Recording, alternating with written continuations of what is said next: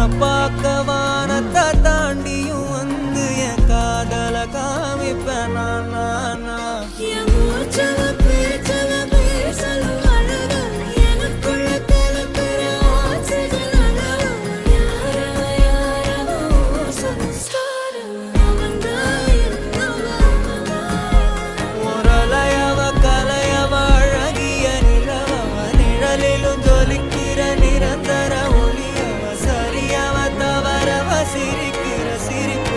அவதான் காரணமா